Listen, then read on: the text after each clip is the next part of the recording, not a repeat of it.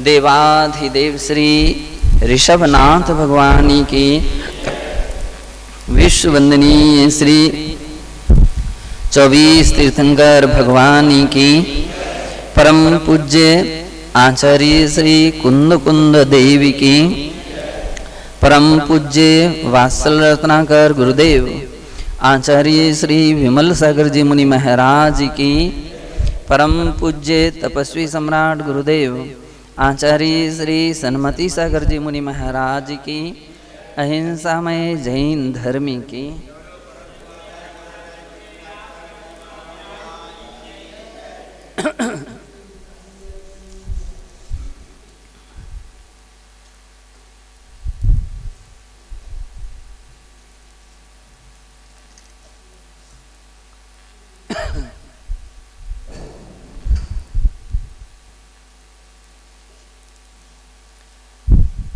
प्रवज्या का यहाँ श्रवण प्रबोधनी टीका की 7वीं गाथा में प्रवज्या के विषय में बतलाया जा रहा था कि प्रवज्या किसे कहते हैं।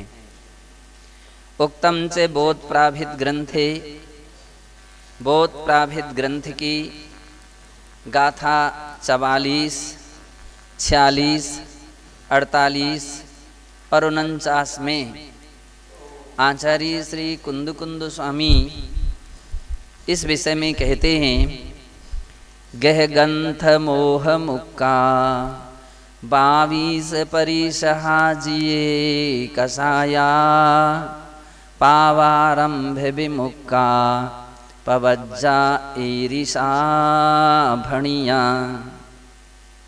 अर्थात जिसमें गिह, ग्रह, घर, मकान आदि, गंथ और भी परिग्रह और मोह से जो मुक्त होती है, जिसमें साधुओं का कोई घर नहीं होता, साधुजन परिग्रह नहीं रखते हैं और मोह, घर, कुटुंब, परिवार इत्यादि चेतन और अचेतन पदार्थों के प्रति जो मोह से मुक्त होते हैं, 22 परिसहा जिये कसाया, तो 22 परिसह के विजेता होते हैं, जयशील होते हैं, कसायों को जीतने वाले होते हैं, पाप आरंभ विमुक्का, पाप और आरंभ से रहित होते हैं, ईरिषा पवज्जा भणिया। इस प्रकार से प्रवज्जा कही गई है। कहने का अर्थ है, प्रवज्जा का दूसरा अर्थ होता है श्रमण दीक्षा, प्रवज्जा का अर्थ है मुनि दीक्षा, प्रवज्जा का अर्थ है आरिका दीक्षा। तो ये सब दीक्षाओं के लक्षण हैं। अब उसमें मुनि दीक्षा की बात कही गई, तो मुनि कैसे होते हैं, मुनि दीक्षा कैसी होती है, तो बोले इन लक्षणों से सहित होती है। ऐसे जिनके पास लक्षण पाए जाते हैं उनकी प्रवज्जा सार्थक है। और कहते हैं, सत्तु मित्ते समा प्रशंसनिंदा अलद्धि लद्धि समा, तणकणई समभावा पवज्जा ईरिषा भणिया।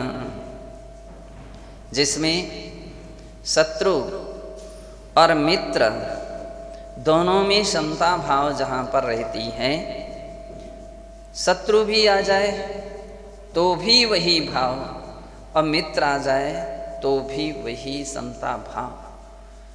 कहते हैं, इसलिए अपन 6 ढाला में पढ़ते हैं, अर्घावतारण असि प्रहारण में सदा समता धरे। अर्घ उतारे सो फूल ना जाए और तलवार लेकर के कोई आ जाए तो कूलने ना लग जाए। कोई व्यक्ति आपकी प्रशंसा करे तो प्राय व्यक्ति अधिकांश प्रसन्न बहुत आनंदित हो जाता है और कोई उसकी बुराई कर दे तो चेहरा बिगड़ जाता है। तो आचार्य महाराज कहते हैं कि नहीं, इसमें प्रशंसा निंदा, शत्रु में, मित्र में, प्रशंसा में और निंदा में अलब्ध लब्धि और अलब्ध लब्धि, किसी वस्तु की अलाभ होने पर और लाभ होने पर, अलाभ का अर्थ है अंतराय दिया गया, लाभ का अर्थ है निरंतरायहार हो गया, अथवा अलब्ध, जिन वस्तुओं के लिए व्यक्ति चाहता है वो सामग्री उसकी इच्छा के अनुसार ना मिले। पेन दूसरा चाहते थे, महाराज ने दूसरा दे दिया, दिया अथवा ना भी दिया, अलब्ध में। और लब्ध में जो मिली उसमें ही संतुष्ट रखना। तो कहते उसमें अभिमान नहीं करना और अलब्ध में संक्लेशता नहीं धारण करना। तृण कणयी, तृण में और कनक यानी स्वर्ण में समता भाव रखना। ईर्षा पवज्जा भणिया, इस प्रकार से जिनकी भावनाएं होती हैं वो प्रवज्जा कही जाती है। अब तृण करना है से अपन को एक और ध्यान रख लेना है कि मुनिजन ना तो तृण रखते हैं और ना कनक रखते हैं। कनक का अर्थ क्या है? कनक का अर्थ आटा नहीं, कनक का अर्थ धतूरा नहीं, कनक का अर्थ है सोना। तो सोना और घास, तो मुनि राजों के लिए अगर जमीन में पड़ा हुआ सोना मिल जाए क्या करोगे? हैं? बहुत कीमती ही उठा ले, ना अपन उठा सकते हैं और ना रख सकते हैं। अधिक से अधिक ये हो सकता है कि किसी की वस्तु हो तो अपन बतला सकते हैं तुम्हारी वस्तु है तो, लेकिन ग्रहण करने के या लेने के भाव नहीं रहते हैं। नहीं, अब किसी ने बतला दिया किसी की तो थोड़ी कोई दोष है। विरागोदय में किसी का ब्रासलेट गिर गया, अब सब खोजते रहे, लेकिन किसी की दृष्टि पड़ गई उस पर तो उन्होंने बतला दिया कि किसी का सामान पड़ा है। तो ये कोई बतलाने में दोष नहीं है। ग्रहण कर ले तो छिपा करके रख ले वो दोष है। गृहस्थों में क्या रहता है कि ऐसी कोई कीमती सामग्री मिल जाए तो व्यक्ति छिपा करके रख लेता है, तो ये चोरी का दोष है। तो ऐसा नहीं, इसलिए यहाँ पर कहा रास्ते में अगर ऐसा कोई सामान पड़ा है अपन को क्या लेना देना है। कितने बार हम लोगों ने रास्ते में देखे नोट पड़े हुए दिखते हैं, सिक्के पड़े हुए दिखते हैं। तो जब हम लोग छोटी उम्र में थे तब भी मुझे पता नहीं पैसे खूब मिलते थे। रास्ते में कहीं पैसे पड़े हुए मिल जाएं, किसी दुकान पर ही पैसे ज़मीन पर पड़े हुए मिल जाएं। एक बार तो टिकट घर में भी ऐसा हो गया, टिकट लेने के लिए गए और वो उसने तो टिकट तो दी सो दी, उसके साथ बहुत सारे पैसे दे दिए, है ना। अब उस समय तो ले करके रख लिए और फुर्सत, ठीक है तुमने दे दिए तो ले लिए। अब साधु जीवन में ऐसा कहीं प्रसंग आए तो अपन लोग नहीं ले सकते हैं, दोनों में संभाव रखते हैं। निगंधानि संगा निम्माणसा अरायणे दोषा निम्मं निरहंकारा पवज्जया ईर्षा भणिया।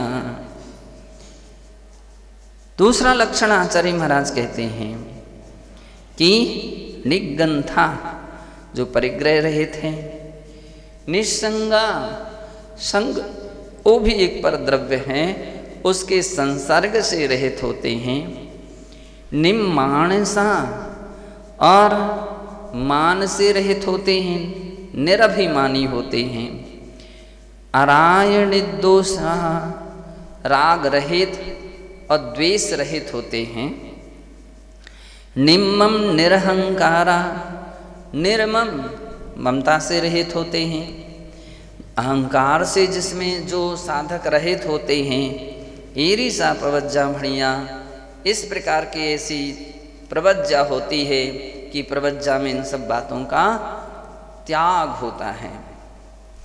और कहते हैं लिण्लेहा निल्लोहा निम्मोहा निव्यार निकलुषा निभय निराश भावा पवज्जा ईरिषा भणिया।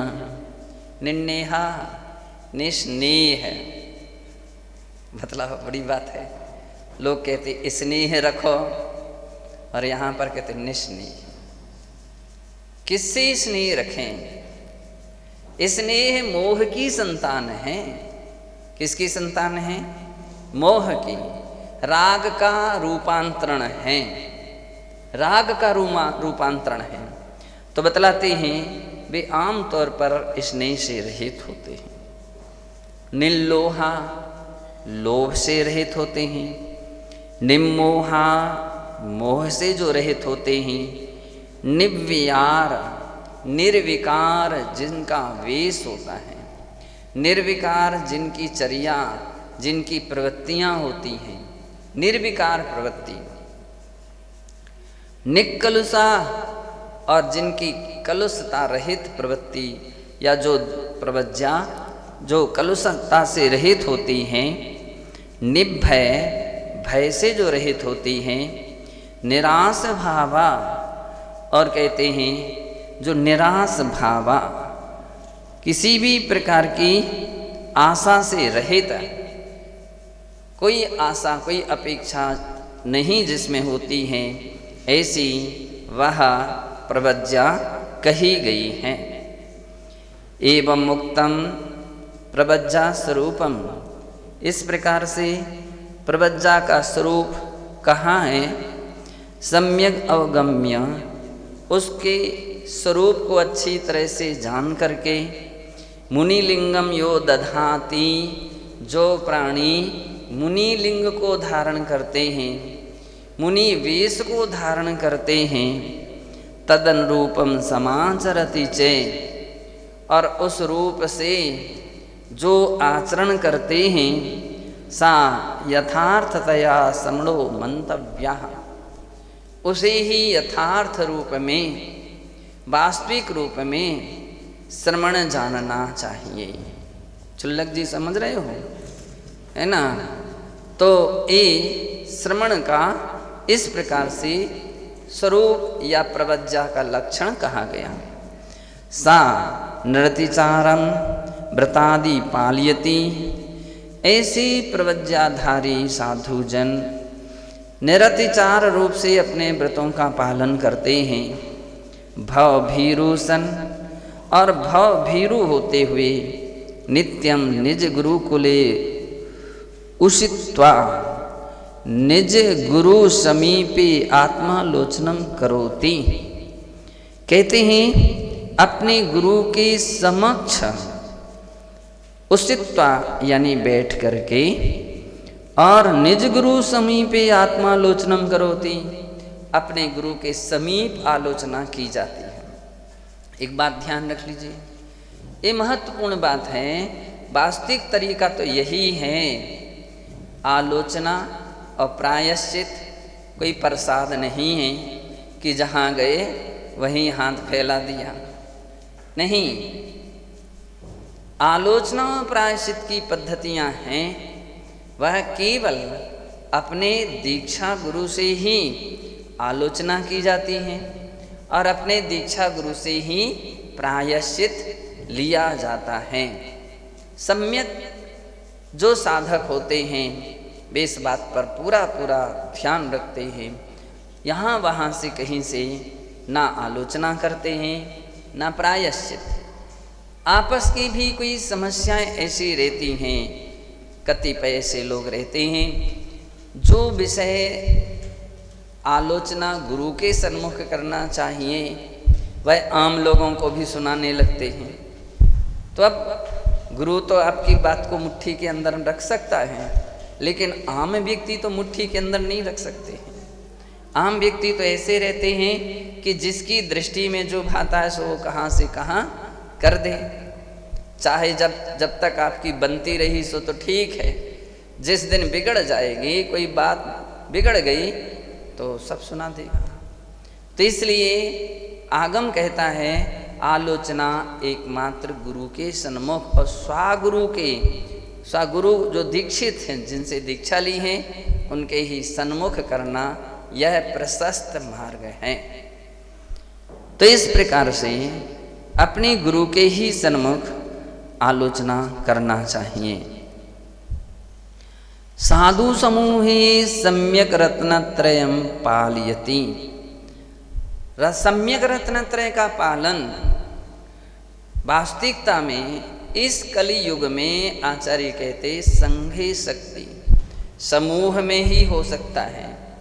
जो व्यक्ति समूह से यहाँ वहाँ भटक जाते हैं और अलग थलग हो जाते हैं, एकल बिहारी हो जाते हैं, तब अपन को मालूम चलता है जब वे अपनी अपनी आत्मबीती सुनाते हैं। तो निश्चित है संयमी की साधना में सहयोगी बन सकता है, प्रेरक बन सकता है, निमित्त बन सकता है, असंयमी उतना नहीं बन सकता है। मैंने बतलाया कई बार ऐसे प्रसंग आते हैं कि जो साधुओं के बीच में सोते हैं, उठते हैं, बैठते हैं, तो उनकी क्रिया जो है वो व्यवस्थित बनी रहती है।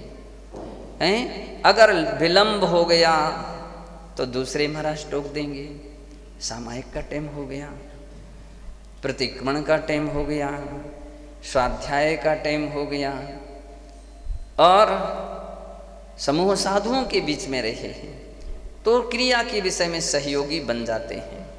आपसे जीव की प्रार्थना हो गई है, आप आलोचना करो, आप प्रायश्चित लो, आपका प्रायश्चित का पालन हुआ नहीं हुआ आदि आदि वो ध्यान रख लेते हैं। असंयमी जनों को क्या मतलब है? असंयमी प्राणी स्वयं सो करके 8 बजे उठ रहा है और कदाचित आपकी गहरी नींद लग जाए तो समझ लो आपके भी 8 बजने ही हैं।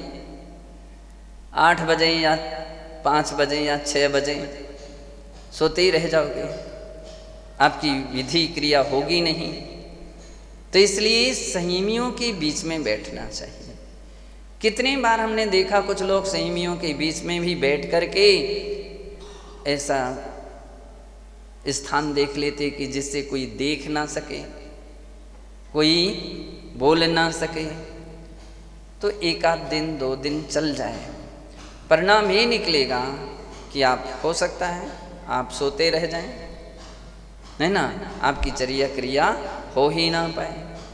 तो आचार्य महाराज कहते हैं कि संयमी साधु समूहे सम्यक रत्नत्रयम् पालयति। साधुओं के समूह में ही सम्यक रत्नत्रय को पालते हैं। लोकानुरंजनम परित्यज्य दिवानिशं ज्ञान ध्यान तपश्चर्यादिषु अनुरक्तो भवति।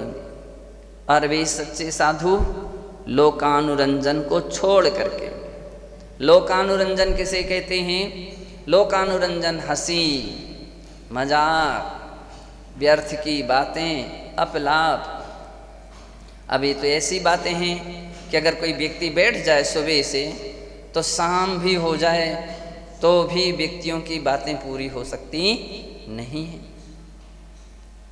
अगर साधु अपनी संयम का ध्यान ना रखे, अपनी चर्या का ध्यान ना रखे तो बैठा रहेगा, और लोग तो लोग हैं संसार के, तो बड़े खुश हैं, आप यहाँ वहाँ की बातें करते रहो, हंसी मजाक करते रहो, तो लोकानुरंजन।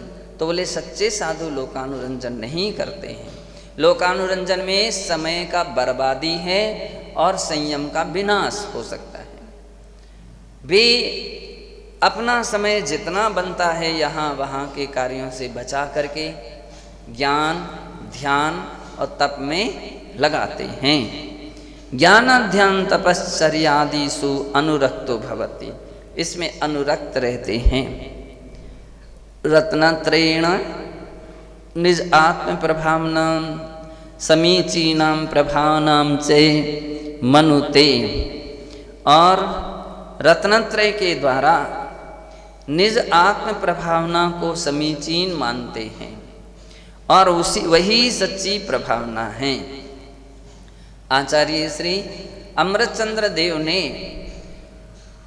पुरुषार्थ सिद्धि उपाय में जहाँ प्रभावनांग का लक्षण दिया तो वहाँ पर लिखते हैं आत्म प्रभावनीयो रत्नत्रय तेज सा सततमेव। बहुत सारे लोग बोलते मैं प्रभावना करूं, प्रभावना तो करो लेकिन पहले आत्म प्रभावना कर लो। जो अपनी आत्म प्रभावना करेगा वो धर्म प्रभावना कर सकता है, और जो आत्मा प्रभावना नहीं कर पा रहा है, रत्नत्रय की आराधना साधना नहीं कर पा रहा है, वो धर्म प्रभावना कहाँ से करेगा, कितना करेगा। तो यहाँ कहते हैं रत्नत्रेण निज आत्म प्रभावनम समीचीनाम प्रभावना सा मनुते, अपने रत्नत्रय की निज आत्मा में प्रभावना को ही सच्ची प्रभावना वो मानते हैं। लौकिक जन संसर्गम निज आत्म साधनायाम बाधकम मनुते, लौकिक जनों का संसर्ग, लौकिक जनों की संगति को वे अपनी आत्म साधना में बाधक मानते हैं।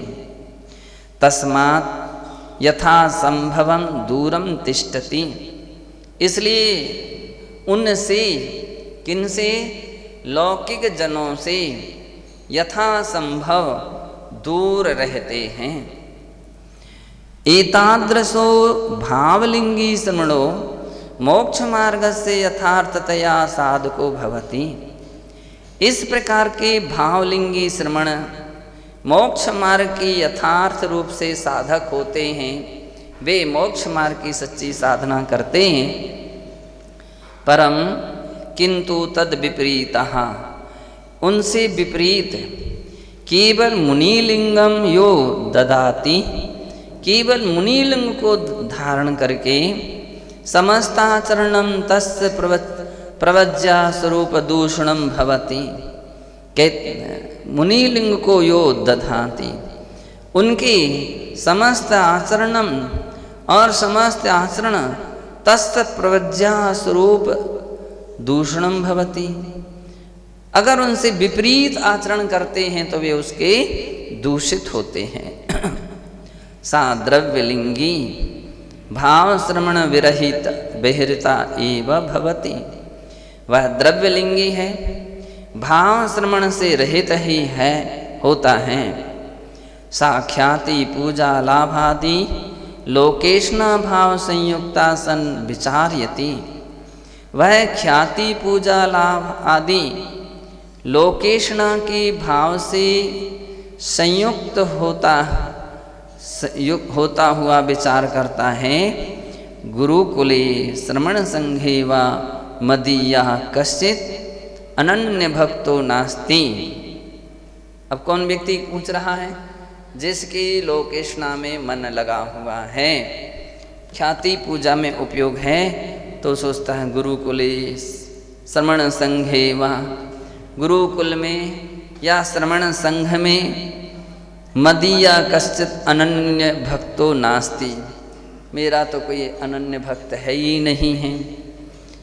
नास्ति यो मम चित्राणाम तथा मद रचित साहित्यस्य प्रकाशनम कुर्यात् कारित वा, जो मेरे चित्र को, फोटो को और मेरे द्वारा रचित साहित्य का प्रकाशन करे या कराए।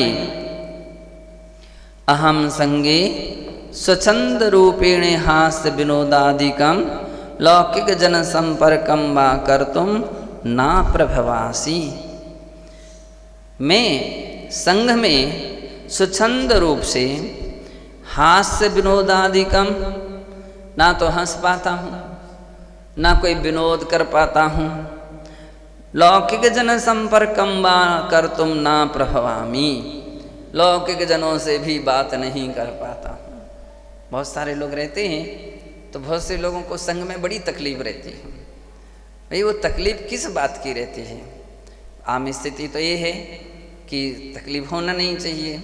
समय पर सामायिक होती है, समय पर प्रतिकोण होता है, समय पर स्वाध्याय होता है, समय पर कोई सामग्री की आवश्यकता हो वो मिल जाती है और सारी चर्या बनती है। तो तकलीफ का तो कोई प्रसंग नहीं है, लेकिन फिर भी किसी को तकलीफ होती है तो क्यों होती है?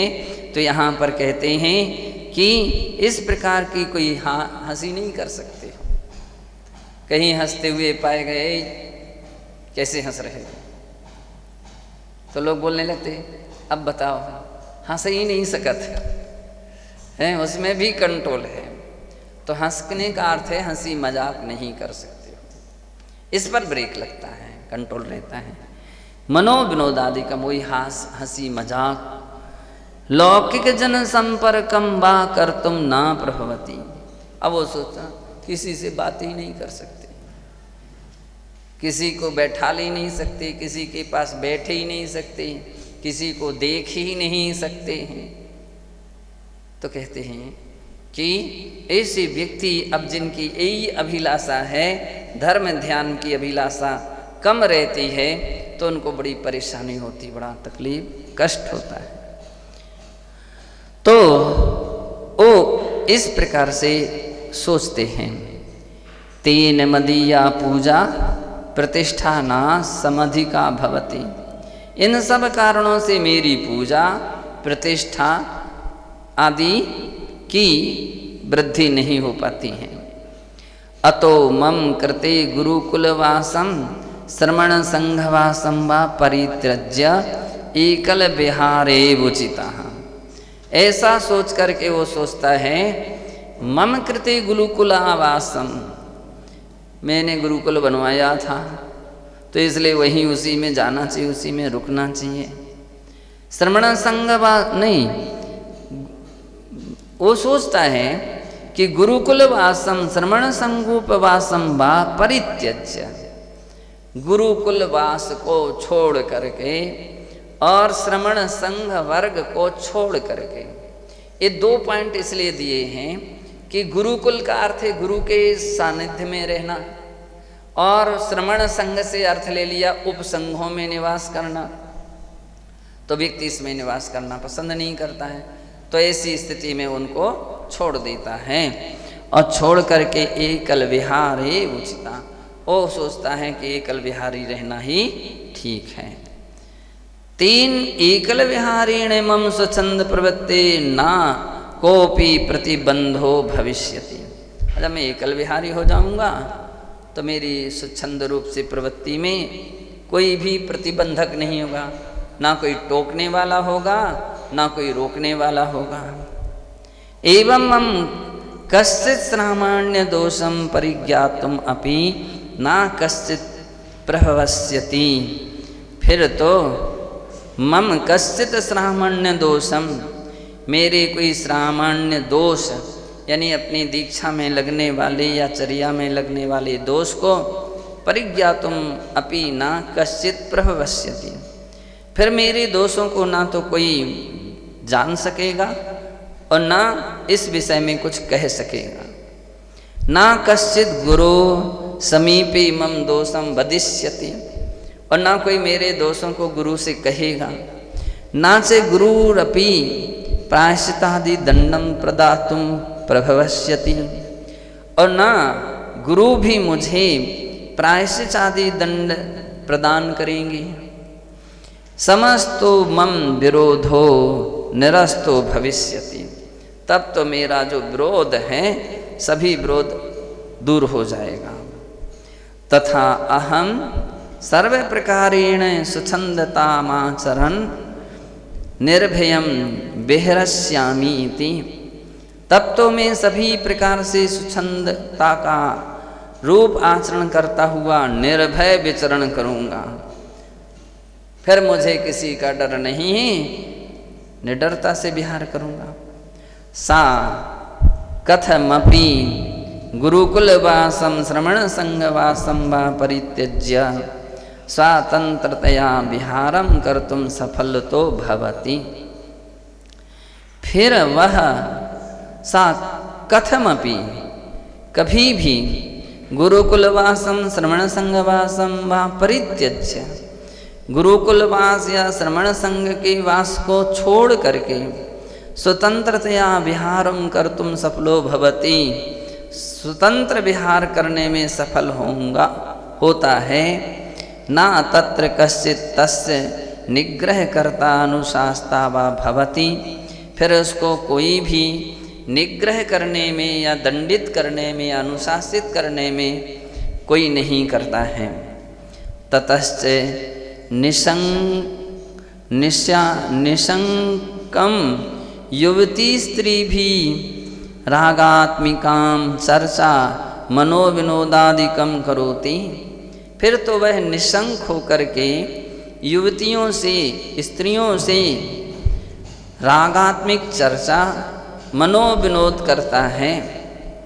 हिंसा नृतस्ते या ब्रह्मचर्ये परिग्रह इति पाप पंचकम निर्बाधम समाचरति।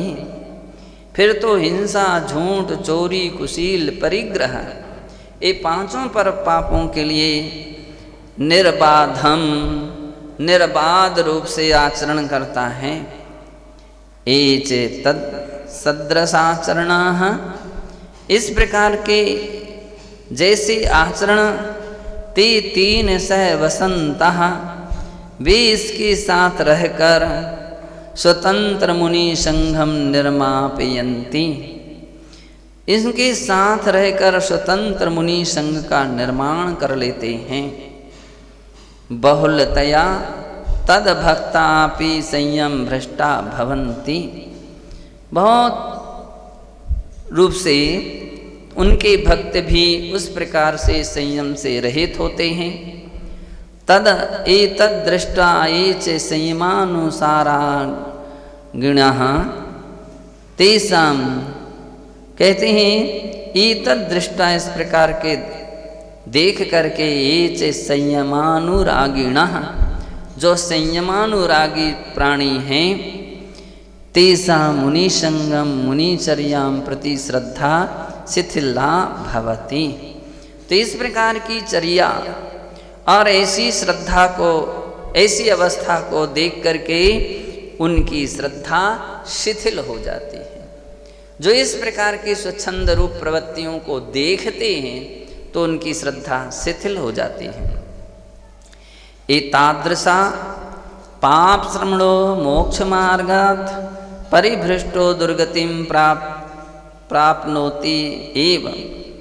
इस प्रकार का वह पाप श्रमण मोक्ष मार्ग से भ्रष्ट होकर के दुर्गतिम प्राप्नोति एवं नियम से दुर्गति को प्राप्त करता है। संसार परिभ्रमणम एव, और संसार परिभ्रमण ही करता है। तस्य मुनिलिंगस्य फलम ना मुक्ति ही, उसकी मुनिलिंग का धारण करने का जो फल मोक्ष की प्राप्ति थी या मोक्ष होना था वह नहीं होता है। एवं तस्य निर्ग्रंथ श्रवण दीक्षा निष्फली एव, इस प्रकार से उनकी निर्ग्रंथ श्रवण दीक्षा निष्फल ही होती है। न कोपि तस्या लाभा, उससे उनको किसी को कोई लाभ नहीं होता है। सा बाह्य रूपेण संयम त्याग तपः साधनम करोति अपि, वह बाह्य रूप से संयम त्याग तप साधना करता भी है। तस्य नैव संसार परिभ्रमणान मुक्ति ही, तो भी उसकी संसार परिभ्रमण से मुक्ति नहीं होती है। इस प्रकार से आचार्य महाराज ने जगत के प्राणियों के विषय में बतलाया कि किस प्रकार के व्यक्तियों की अंतर भावनाएं रहती हैं। जो सच्चे भावलिंगी नहीं रहते हैं, द्रव्यलिंगी रहते हैं, तो उनकी लौकिक अभिलाषाएं ज़्यादा बड़ी रहती हैं, पारमार्थिक भावनाएं शून्य रहती हैं। और जब पारमार्थिक भावना शून्य होती हैं तभी लौकिक भावनाएं बढ़ती हुई दिखती हैं। और जिनकी पारमार्थिक भावनाएं बढ़ी हुई रहती हैं उनकी लौकिक भावनाएं शून्य रहती हैं। एक सिद्धांत है, बतलाते हैं, या निशा सर्व जागंती सा निशा सस्यते मुनि। जिस रात्रि में सारा संसार जाग रहा है उस रात्रि में साधु जन सो रहे हैं। अर्थात राग मोह आदि की रात्रि में दुनिया जाग रही है, लेकिन साधु जन उसमें सो रहे हैं, उनको उससे कोई मतलब नहीं है। तो इस प्रकार से आचार्य महाराज कहते हैं कि सच्चे साधुओं को ऐसा विचार करके, चिंतन करके, कैसे भाव कहीं अपने प्रदूषित भाव तो नहीं हैं, द्रव्यलिंग रूप भाव तो नहीं हैं, यदि हैं तो उनको निरसन करना चाहिए और रत्नत्रय या धर्म की प्रबल भावना से अपने आप को भाना चाहिए। अबंभो य सेवदी, अब्रह्मम जैसा सेवते, और ऐसा वह स्वेच्छाचारी स्वच्छंद अब्रह्म का सेवन करता है। स्वच्छंदाचारी ना कामपि संयम मर्यादा सम्मनुते। स्वच्छंदाचारी जो जीव हैं वे ना कामपि अर्थात किसी भी प्रकार की संयम मर्यादा को नहीं मानते हैं। सर्वां मर्यादां अतिक्रम्य, सभी प्रकार की मर्यादा छोड़ करके अब्रह्म सेवनम अपि सा समाचरति, अब्रह्म का भी वो सेवन रूप आचरण करते हैं। लौकिक जनोपि सुदार संतोष व्रतम समाचरति, लौकिक जन सुदार संतोष व्रत धारण करते हैं।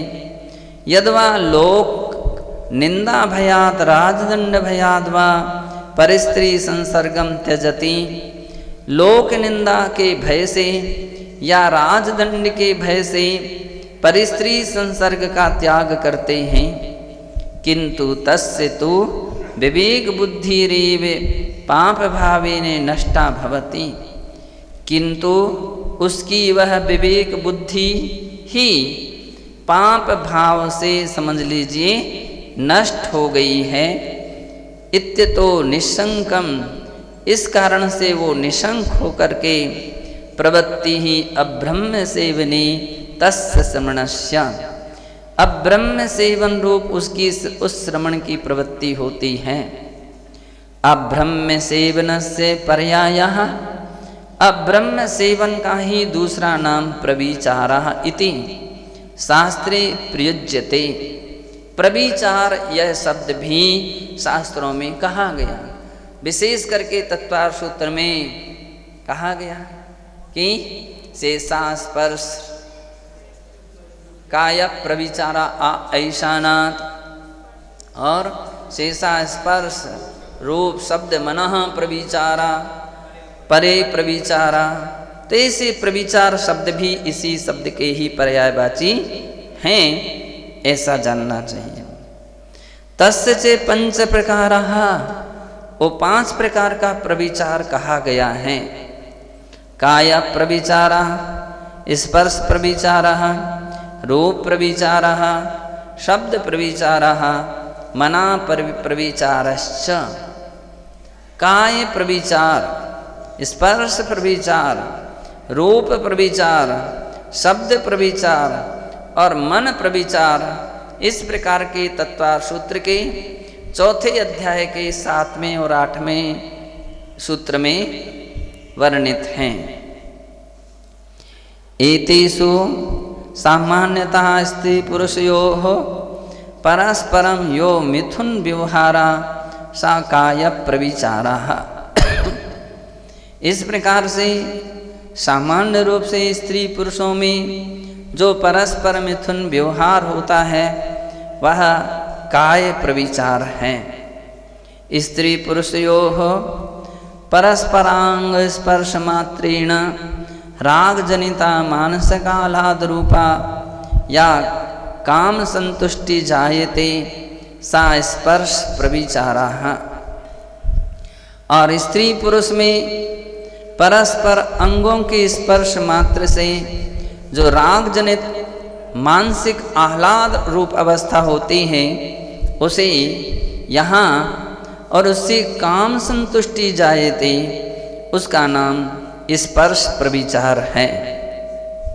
तयोरेव परस्पर मनोहरांगां अंगोपांग मात्र रागात्मक निरीक्षणेन जायमाना काम संतुष्टि सा रूप प्रविचारः। और कहते हैं कि इन दोनों में परस्पर मनोहर अंगों और उपांगों के मात्र रागात्मिक जो देखने की भावना उत्पन्न होती है उसका नाम, उससे उनकी काम संतुष्टि होती है, उसका नाम है रूप प्रविचार। यत्र स्त्री पुरुषान्य तर मधुर संगीत मृदुल संभाषणादि मनोहराग समन्वित श्रवण मात्रेण जायमाना काम संतुष्टि सा शब्द प्रविचारः। जहाँ स्त्री पुरुष के अन्यतर मधुर संगीत मृदुल संभाषण आदि मनोहराग समन्वित मन के राग से समन्वित श्रवण मात्रेण ऐसे रागवर्धक शब्दों के सुनने मात्र से जायमाना काम संतुष्टि सा शब्द प्रविचारः। तो इस प्रकार के मनोहर शब्दों के सुनने से उत्पन्न हुए जो काम की संतुष्टि है उसका नाम है शब्द प्रविचार। तथैव पूर्व दृष्टा श्रुता श्रुत अनुभूत विषय राग युक्तम तद विषयक रत्यानुसरण स्मरणम यद भवति अथवा तद प्राप्तिवे काम भोग सेवनानुचिंतनम यद भवति तद मनः प्रविचार संयम ज्ञेयम। कह रहे हैं कि पूर्व में दृष्ट यानी देखे हुए, अदृष्ट नहीं देखे हुए, श्रुत सुने हुए, अश्रुत नहीं सुने हुए, अनुभूत अनुभव में आए हुए, अननुभूत जो अनुभव में नहीं आए हैं, ऐसे विषय राग से युक्त होकर के जो तद विषयक रति अनुस्मरणम, तद विषयक जो रति का स्मरण करना, यद भवति जो होता है, अथवा तत्प्राप्ति काम भोग सेवनादु चिंतनम यद भवति, अथवा उसकी प्राप्ति में जो काम भोग सेवन और उनका चिंतन होता है, तत् मनः प्रविचार संयम।